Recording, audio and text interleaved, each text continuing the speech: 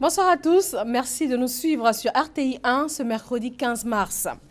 Le président Alassane Ouattara s'est entretenu ce mercredi avec son homologue français, François Hollande, au palais de l'Élysée à Paris. 2 mois avant la fin du mandat de François Hollande, le président ivoirien lui a rendu hommage en le remerciant pour tout ce qu'il a fait pour la Côte d'Ivoire, pour l'Afrique de l'Ouest et pour le continent africain, notamment dans la lutte contre le terrorisme. Et nous écoutons le président Alassane Ouattara à l'issue de cette entrevue à l'Élysée. J'ai demandé à venir saluer le président François Hollande pour l'étroitesse des liens que nous avons tissés au cours de ces 5 dernières années. Et évidemment, il a décidé de ne pas être candidat pour un second mandat.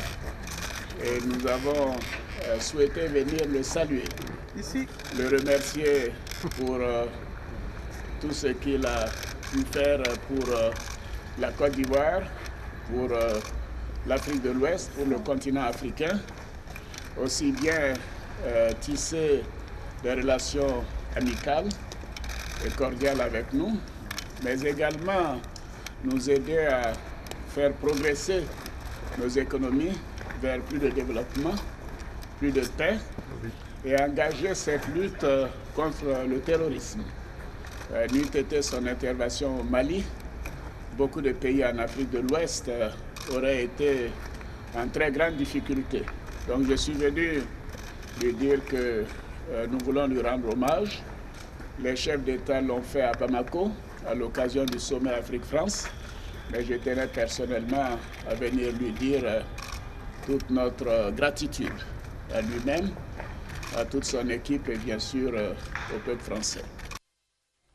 Du nouveau dans l'affaire des sociétés d'agrobusiness ici en Côte d'Ivoire. Le remboursement des souscripteurs devait démarrer aujourd'hui, mais ce sera finalement demain jeudi. Selon le ministère de l'Économie et des Finances, les autorisations de virement sur les comptes des souscripteurs ont été délivrées aux banques aujourd'hui même. Et pour la première phase des remboursements, 7 structures d'agrobusiness sont concernées sur les 21 identifiées.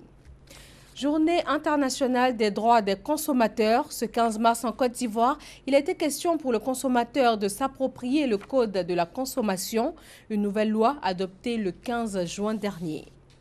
Azaguié, dans l'Agnébi-Tiassa, est secoué depuis quelques jours par de vives tensions. Au cœur des échauffourées, la répartition des places de vente au corridor entre femmes allochtones et halogènes. Alexis Ouedraogo est allé sur place pour en savoir un peu plus. Dans le journal de 20 h, vous aurez son compte rendu complet.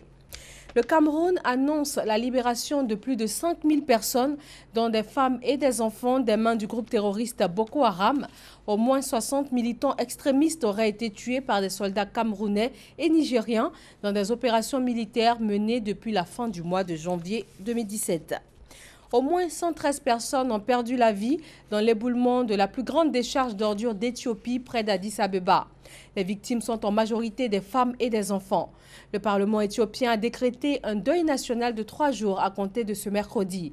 La décharge où la catastrophe s'est produite est depuis plus de 40 ans le principal lieu d'entreposage des ordures d'Addis Abeba, capitale de 4 millions d'habitants. Double attentat à la bombe à Damas en Syrie. Un kamikaze a tué au moins 25 personnes et fait des dizaines de blessés. Il a déclenché sa charge dans l'ancien palais de justice. Le bâtiment abrite actuellement le tribunal religieux chargé des affaires matrimoniales et aussi le tribunal pénal. Un peu plus d'1 heure plus tard, un second attentat a frappé la ville à l'intérieur d'un restaurant. Des morts et des blessés, mais pas de bilan précis pour l'heure. Merci de votre attention. Je vous retrouve dans un peu moins de 2 heures pour le journal sur RTI 1.